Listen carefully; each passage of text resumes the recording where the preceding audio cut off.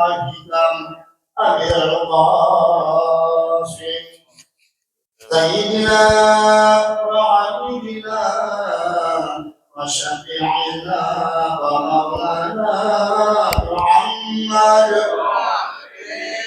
صلى الله عليه وسلم ذو شرفين يا رب ذو شرفين يا رب ذو شرفين يا رب يا رب كرما وتعظيما ورفقة ومهابة وبرا فسلم رضي الله تبارك وتعالى بالفضل عليه وقل يدي ساداتنا وأئمتنا وموالينا أبي بكر وعمر وعثمان وعلي الحسن ثم الحسين وعن بقية الصحابة وكرامة رسول الله صلى الله عليه وسلم أجمعين والحمد لله رب العالمين. وعليكم ورحمة الله وبركاته. فاتحة علينا بشروط النور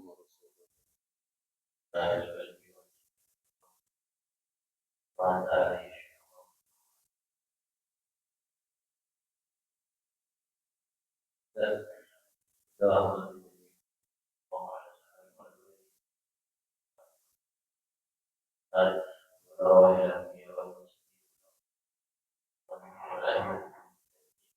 العلماء العاملين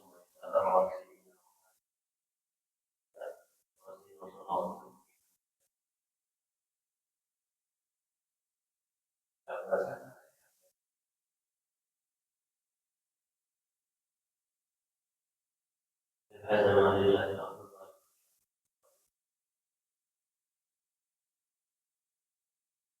وإلى الله ثم إلى الله آية وإلى الله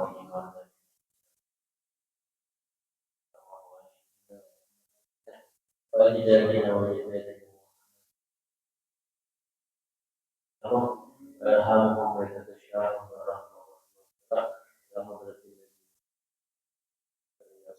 الفاتحة.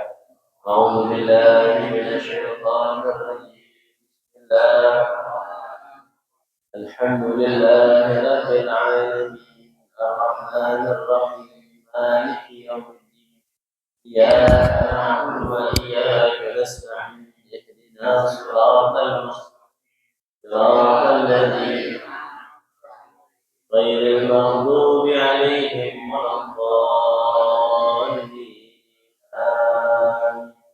اللهم صل وسلم على سيدنا محمد الفاتح لما أغلق الخاتم لما سبق الناصر الحق بالحق والهادي بك المستقيم وعلى آله وصحبه حق قدره مقداره العظيم. اللهم أخرجنا من ظلمات وأكرمنا بنور الفهم وافتح علينا بمعرفة إن أخلاقنا بالحلم وسهل لنا أبواب فضلك وانصر علينا من خزائن رحمتك يا أرحم الراحمين.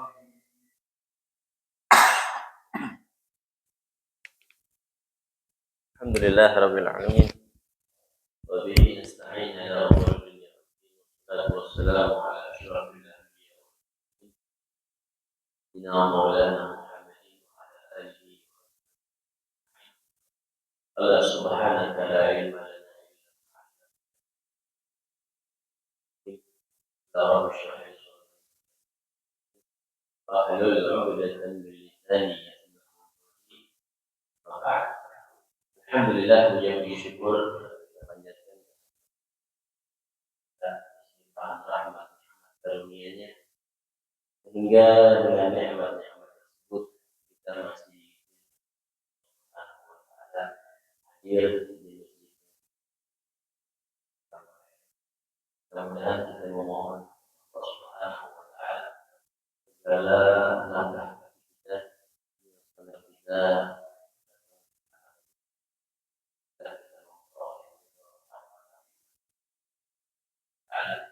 Amin ya rabbal alamin. Lalu juga salawat salam kita sampaikan kepada kekasih kita, anak kita, Allah serta seluruh para keluarganya, para sahabatnya, dan para pengikutnya, umatnya.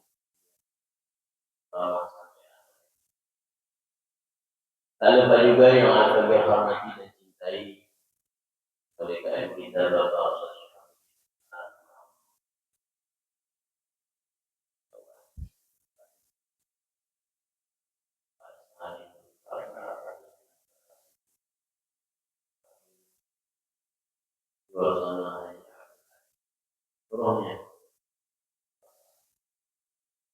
maaf, tidak sebut nama satu persatu. Insyaallah mengurangi rasa hormat cinta saya kepada Anda. Ma'asyiral hadirin rahimahumullah, meneruskan kajian kita tentang rukun-rukun salat.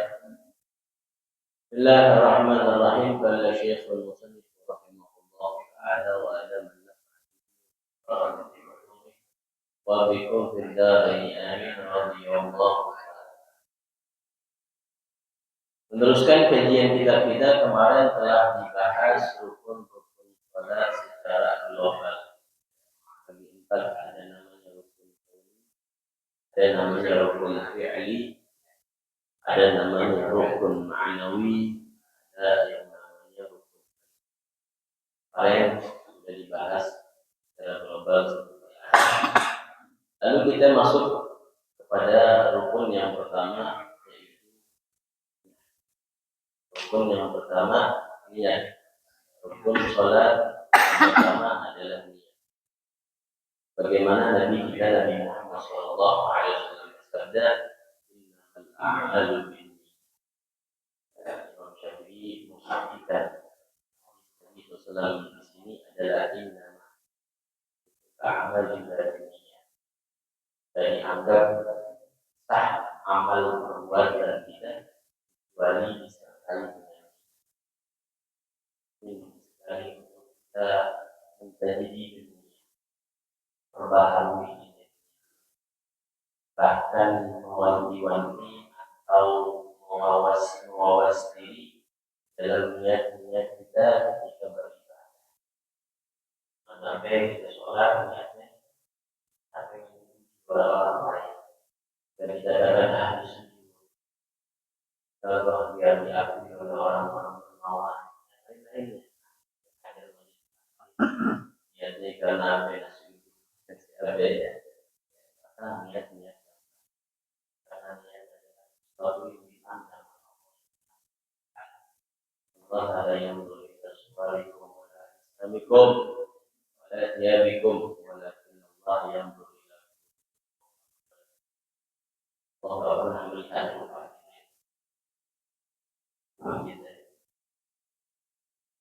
pakaian kita yang Allah lihat apa? Jadi yang pertama adalah rukun salat adalah niat. Mahalluha tempatnya itu niat adanya di hati. Mesti dimasukin ke dalam hati. Wa talaffadhu biha sunnah. Dalam mazhab Syafi'i melafazkan niat hukumnya sunnah untuk membantu kita menghadirkan niat di dalam hati. Dan menurut Imam Syafi'i mazhab itu kemarin sudah jelas ya, mazhab Ahlussunnah wal Jamaah dalam masalah ini ada 5. Imam yang tercatat cuma 4. Syafi'un wa Malikun wa Nu'mah wa Ahmad bin Hanbal. Syafi'i, Imam Syafi'i, wa Malikun, Imam Malik, Nu'man, Imam Abu Hanifah, wa Ahmad bin Hanbal, Imam Ahmad, wa Sufyan dan Imam Sufyan. Boleh ada yang terjaga dan ada sehingga rasanya pakai oleh para ulama dunia dunia ya, masing-masing geraknya berbeda-beda mazhabnya, tapi tetap dikatakan ahlu sunnah. Mereka ya semua saudara kita, la ilaha illallah dan Muhammad. Wa waktuha, dan waktunya kapan kita hadirkan itu nih? Wa waktuha asna at-takbir, ketika kita mengucapkan takbir. Allah, masukin niat di dalam hati. Allah. Jadi niatnya di situ, bukan sebelum mengucapkan takbir dalam hati.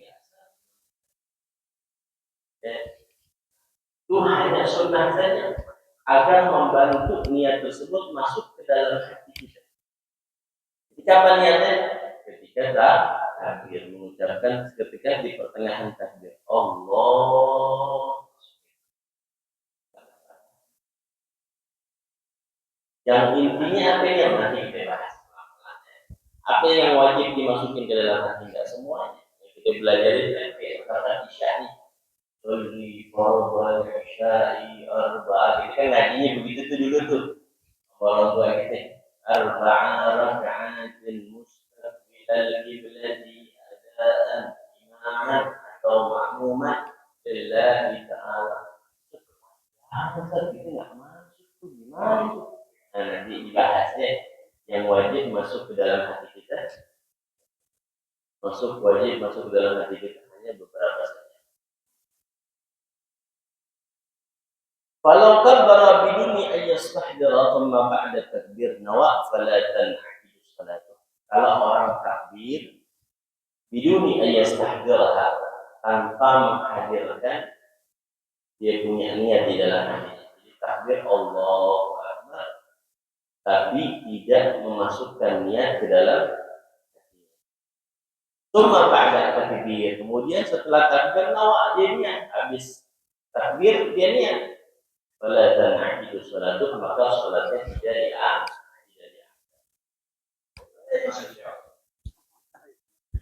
Dan dengan tahu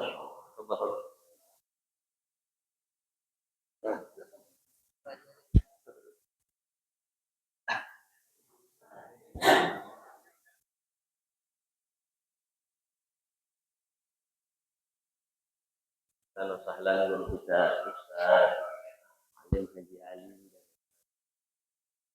dan kedatangan keduanya, kedatangan jadi meneruskan ya, rukun pertama adalah niat di dalam salat. Jadi niatnya itu harus di pertengahan takbir. Allah, masukkan niat di dalam. Kalau kita nggak masukin niat, tidak menghadirkan niat di dalam hati, atau setelah takbir baru masukin, baru niat, pada tanah salatu, atau salatnya nggak dianggap. Nah, karena termasuk rukun. Penting untuk memasukkan niat ke dalam hati. Ketika kita haji, ya, kita zakat, puasa, intinya di mana niat? Yang pertama, dengan niat. Adapun derajat niat di salat salatah, derajat niat di dalam salat ada. Ini yang wajib nih. Kan tadi yang dibilang, kalau kita biasanya belajar kan usul di fardhu isya'i sampai arba'a raka'atin lagi ada lillahi ta'ala akhir. Apa saja yang diwajibkan untuk masuk di dalam niat? Pertama, derajat niat idza kana sholatu fardhan, kalau sholatnya sholat wajib. Ya, sholat wajib. Berarti ada 5 waktu.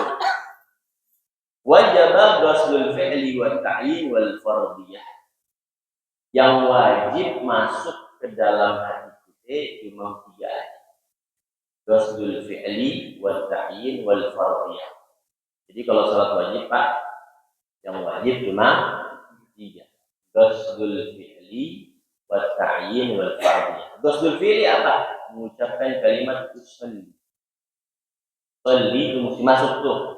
Mesti ada dalam niat kita.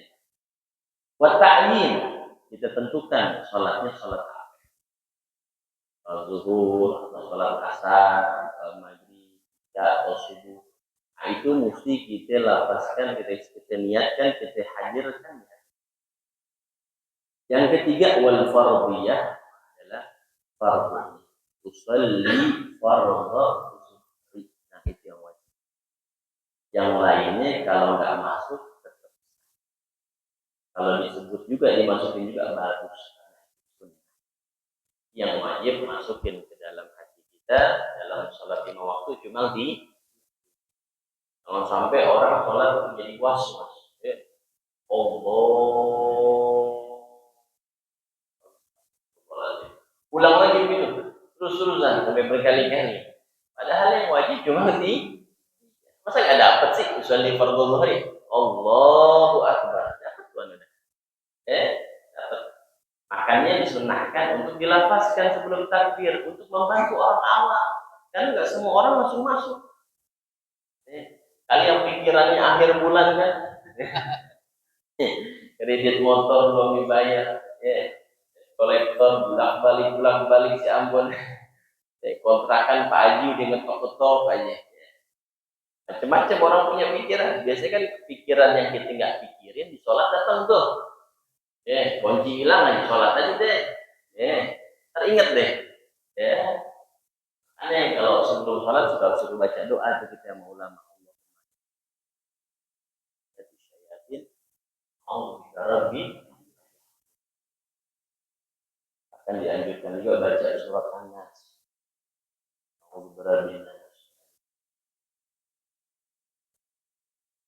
Waswisu fi sudurin nas minal jinnati.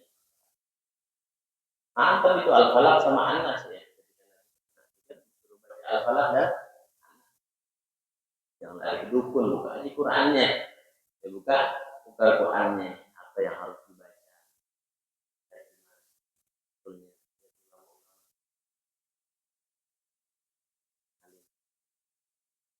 Jadi derajat niat yang pertama adalah kalau salat niat fardu yang wajib masuk adalah wajib.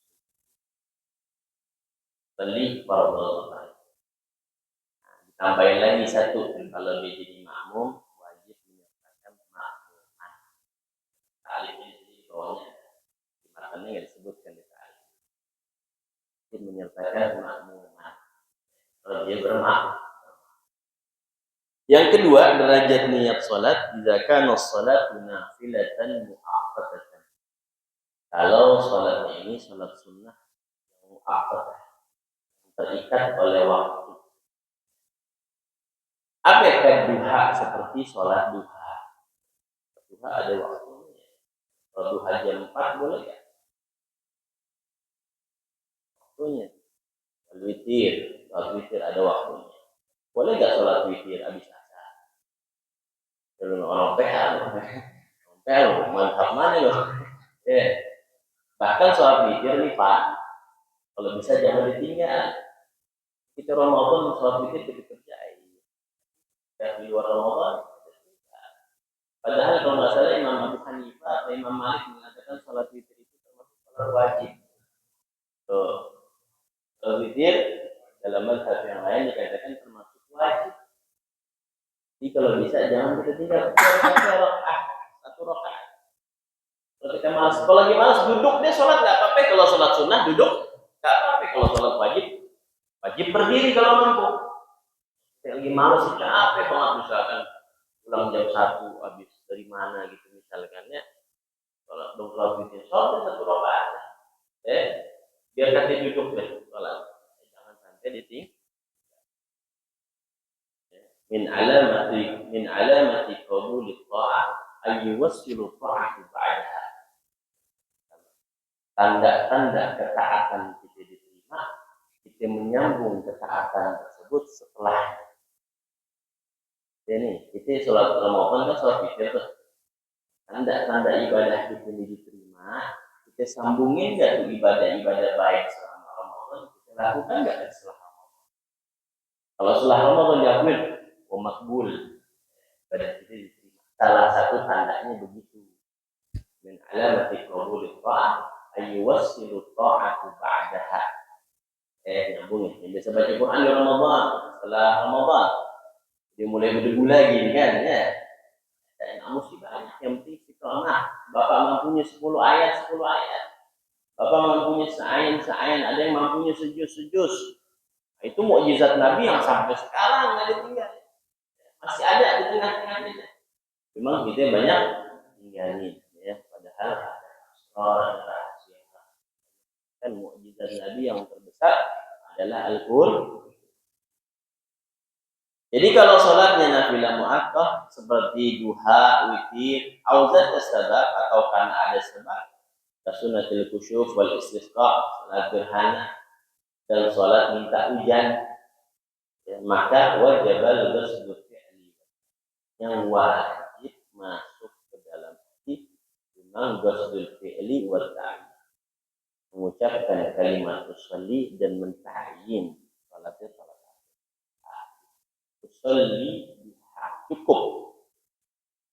Kalau tambah usolli sunnat duha, boleh.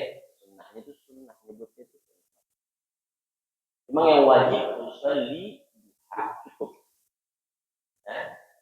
Ya, kalau salat itu usolli witra, boleh. Itu kalau salat mu'akkad atau zat sebab. Yang ketiga, idza qala salatu nafilatan mutlaq, kalau salat nafilah mutlaq, ya, maka cuma wajib ghusl fi'li faqat, cuma yang wajib dimasukkan ke dalam hati kita cuma kalimat usolli aja, cukup udah. Usolli, Allah usolli. Ini niat boleh pakai bahasa Indonesia ya, kalau nggak mampu untuk mengucapkan bahasa Arab, baru belajar nih mu'alaf. Belajar itu baru tobat. Yang sholat zuhur dalam hati, jadi dilapasin, ya, dalam hati boleh, ya, boleh. Tapi kalau bacaan rukun yang lain kayak Fatihah nggak boleh. Takbiratul ihram ganti. Di zaman sekarang ada tuh dulu kemarin waktu itu tuh ya, orang sholat pakai bahasa Indonesia. Allahu Akbar diganti. Allah gede banget ya, nggak boleh. Atau pakai bahasa Jawa. Ntar kalau orang Betawi boleh, orang Jawa ngiri kan. Orang Madura ngiri. Ampun aduk ya, sholat kayak gado-gado ya. Haram pakai. Tapi kalau niat boleh. Jadi diajarin cara-caranya bagi orang-orang yang baru-baru taubat. Mu'alaf atau orang yang hidup ba'idun minal ulama, jauh daripada ulama, enggak tersentuh oleh Islam. Hidupnya di pegunungan. Orang-orang Badui misalkan, pelosok-pelosok yang ulama nggak sampai ke sana, internet nggak ada, listrik nggak ada, nah, sentuhan Islam. Ya ada dispensasi keringanan dalam. Itu masalahnya. Terus dikatakan di sini la tajibun niyatu idafatu shalah lillah subhanahu wa ta'ala wala niyatu ta'yin ada di rakaat wala niyatu istiqbal al-qiblah wala niyatu al-ada'i wal qada bal kullu dhalika sunnatun. Jadi enggak wajib masukkan niat idafah karena Allah atau jumlah rakaat menghadap kiblat, niat mengucapkan mustaqbilal kiblat itu enggak wajib. Adaan qadaan enggak wajib, itu semuanya sunnah. Jadi yang wajib kalau sholat wajib cuma tiga usolli fardhu. Tapi kita yang pandai atau yang mampu untuk melakukan sunnah, kita ini yang ditinggalin. Usolli fardhu zuhri arba'ah. Kita masukin tuh. Dapatnya 5 ya udah. Dapat 3, dapat 4, yang minimal itu mesti masuk. Lebih bagus. Jangan udah belajar begitu yang wajibnya aja lagi. Salah, rugi kita. Makin banyak menghidupkan sunnah, makin banyak pahala yang kita dapat. Man ahya sunnati faqad ahabbani wa man ahabbani kana ma'i. Orang yang sering menghidupkan sunnah-sunnah Nabi, itu tanda orang tersebut cinta kepada orang yang cinta kepada aku akan bersama pakai siwak, siwak itu penyakit Pak, tak hilang dulu, beneran, biar kata cepat hilang dulu. Anu disediain waktu itu 3, azam banget ini 3. Waktu itu pernah dikasih juga untuk tahap tuh, beliau ngasih siwak buat sholat ada beda, buat tidur ada beda. hilang semua. Saya bingung tahu gitu kemana itu. Makanya kalau kita belajar, afdalnya pakai siwak itu pakai kayu arab. Setelahnya itu kayu zaitun. Atau kayu yang lain setelah. Kalau nggak ada, dikulli khasinin. Ini jangan sampai enggak. Dikulli khasinin segala sesuatu yang keset. Kalau kita siwak hilang dulu, ini kerah lagi. Dapat pahala sunnah. Meskipun derajatnya berbeda. Jangan pakai kerah orang. Makan jengkol lagi deh. Mantap banget. Kena pekerja. Sunnah. Jadi kalau kita sudah tahu, kita amalin. Ilmu banyak juga diamalin. Cuma minimal sholat. Kenapa? Karena sholat setiap hari kita lakukan. Makanya dulu nih mualim kita ngajarin ini tentang pernikahan. Memang bapak-bapak bilang, Ustaz kalau masih mau kawin lagi jadinya. Minta ganti. Bangunin bapak mama udah nyelam-nyelam aja. Pengen nikah lagi jadinya, ganti aja deh saat deh, gak diamalin kan. Yang ibadah aja deh. Oke deh. Terus bagian begini kalau udah setengah juga tuh kita lagi bakal tuh. Emang yang perintahin selesai. Kalau nggak dikasih amplop kan pulang ya. Kalau beliau nggak dikasih. Jadi semua yang itu dikatakan ada rakaat, istiqbalul qiblah, niat qadha, ada itu semua. Terus rukun yang kedua yang selanjutnya takbiratul ihram. Takbiratul ihram yaitu mengucapkan Allahu Akbar. Takbiratul ihram. Bedain Pak ya, ada namanya takbiratul ihram, ada namanya takbiratul intiqal. Jadi kita lagi sholat duha nih, sholat Idul Adha. Ada namanya takbiratul ihram, ada namanya takbir intiqal, takbir perpindahan. Nah, takbir perpindahan itu nggak dihitung. Banyak yang salah. Takbiratul ihram dihitung, takbiratul intiqal dihitung. Takbiratul ihram nanti ketika sholat Idul Adha, takbiratul ihram sama takbiratul intiqal nggak dihitung. Jadi pas takbir ini sholat Idul Adha hanya melipir dikit nih, karena memang kita dikit lagi merayakan sholat Idul Adha dikit lagi. Udah lagi satu sampai. Itu takbiratul ihram nggak dihitung Pak. Allahu Akbar. Itu nggak dihitung tuh. Baca doa iftitah dulu. Jangan langsung Allahu Akbar.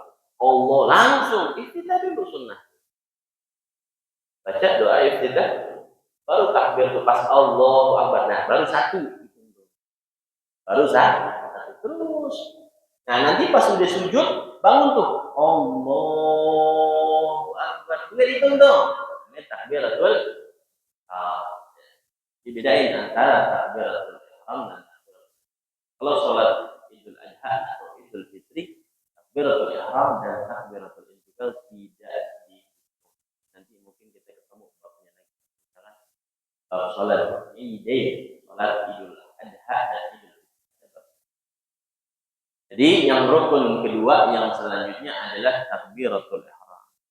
Kenapa dinamakan takbiratul ihram? Sumiyat bidzalika li'annaha tuharrimu ma kana halalan qablaha wa haraman ba'daha.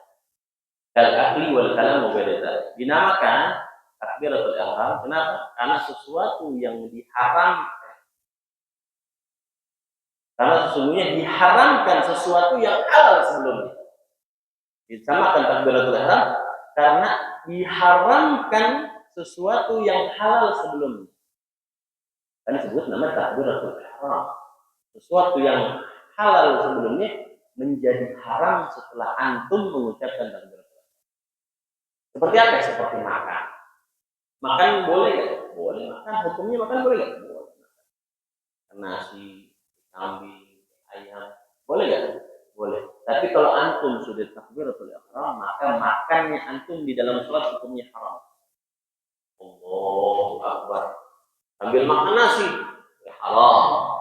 Sambil ngomong, haram. Sambil minum, haram. Jadi sesuatu yang halal sebelumnya menjadi haram ketika kita mengucapkan takbiratul ihram. Kalau sudah ucapin takbiratul ihram, jangan banyak gerak.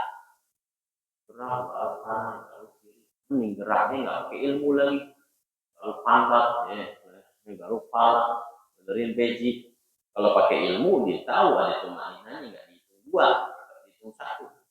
Kalau misalkan soft depan kosong, dimajunya kayak orang lari, ada spasinya, ada tumaninanya, sehingga tidak membatalkan kita punya sholat. Wah, harus punya ilmu. Ya, semua harus punya ilmu ibadah. Dan mengucapkan takbiratul ihram ini juga ada syarat-syaratnya.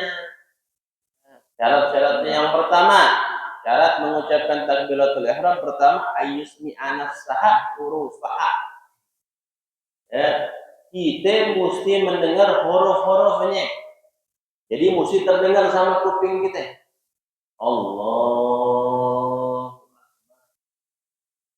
Allah dari apa? Alif sampai huruf ra itu mesti kita dengar sama. Allah. Jangan sampai nggak gerak mulutnya. Nah, nggak gerak mulutnya. Kalau gerak, bisa. Walaupun misalkan nggak kedengeran, ala ghairi madhab Imam Syafi'i. Ya, keluar dari madhab Syafi'i, mulutnya gerak nih. Meskipun nggak kedengeran suaranya, dalam madhab lain sah. Tapi kalau mingkem, 4 mazhab bilang kagak sah. Di khilaf ijma'. Kalau sampai mingkem, maksudnya nggak bergerak mulutnya, nggak ada satupun mazhab yang mengatakan. Jadi mesti ucap Allah. Lebih selamat dilafazkan dan terdengar oleh kuping. Furujan minal khilaf dalam kaidah fikih begitu. Kalau ada bentrok, ada beda pendapat, silang pendapat ulama ini, mazhab ini dan mazhab ini, maka lebih bagusnya kita amali. Kayak Bismillah Pak. Bismillah kan mengatakan Imam Syafi'i termasuk ayatun min suratul Fatihah, termasuk surah daripada suratul Fatihah. Wajib baca mazhab Syafi'i, nggak baca, tegas. Mazhab lain ada yang mengatakan bukan ayat min ayatul Fatihah. Bagusnya gimana? Dibaca. Furujan minal khilaf. Agar sholat kita sah menurut seluruh mazhab. Seluruh mazhab sah. Karena mengatakan Bismillah itu wajib. Tapi mazhab Syafi'i hukumnya wajib.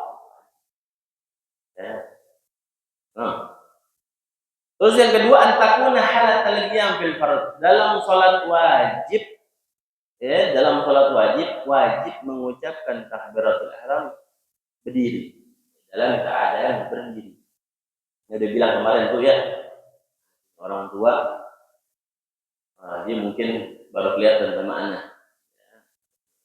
Sholat Zuhur, sholat subuh, lupa. Dia sholatnya langsung duduk sana. Emang kaki dia nggak kuat lama-lama. Berdiri kuat, cuma nggak kuat lah. Bilang, ini kalau mampu berdiri dulu, baru pindah ke tempat halatul qu'ud, baru pindah berdiri. Meskipun cuma semenit, 10 detik, diri dulu. Allahu Akbar. Udah 5 detik, gelengnya tepat. Nah, pindah ke duduk. Jangan langsung duduk kalau sholat wajib, karena masih mampu meskipun sedikit, kecuali memang lumpuh, kakinya putus, alhamdulillah stroke, itu beda lagi. Ya kalau bapak-bapak kan biasa asam urat, masih mampu gak diri? Mampu, apalagi ngambil duit, pemain gacor sampai lari. Kalau masih mampu berdiri, diri dulu biar kaki sebentar. Kalau nggak mampu pindah Pak, langsung ke duduk. Nggak boleh langsung duduk kalau sholat wajib. Tapi kalau sholat sunnah, Bapak mampu berdiri, Bapak duduk, nggak apa-apa. Dia bilang, tapi setengah pahalanya. Setengah pahalanya. Kalau kita mampu berdiri, kita duduk setengah pahalanya. Kalau sunnah, boleh. Jadi, antakuna halatal qiyam fil fardhi, ngucapin takbiratul ihram mesti dalam keadaan berdiri ketika sholat wajib. Mampunya. Yang ketiga, antakuna bil arabiyah, mesti dengan bahasa Arab. Karena syarat-syaratnya banyak, ada berapa? Ada 20. cukup pahamin aja deh, nggak usah hafalnya. Kalau kita pahamin aja, oh begini nggak boleh, oh begini. Wallahu a'lam. Rabbi zidni ilma warzuqni fahma. Al-Fatihah. A'udzu billahi minasyaitonir rajim. Bismillahirrahmanirrahim. Alhamdulillahi rabbil alamin. Arrahmanirrahim. Iyyaka na'budu wa iyyaka nasta'in. Shiratal ladzina an'amta 'alaihim ghairil maghdubi 'alaihim. ربنا انفعنا بما علمتنا ربي علمنا الذي ينفعنا رب فقهنا وفقه أهلنا وقرابتنا في الدنيا محول الأهوال أول أهلنا أو أصحابنا إلى أحسن الحال حسنة في الآخرة حسنة وقنا عذاب النار. Alhamdulillah rabbil alamin. Kurang lebihnya mohon maaf atas segala ucapan.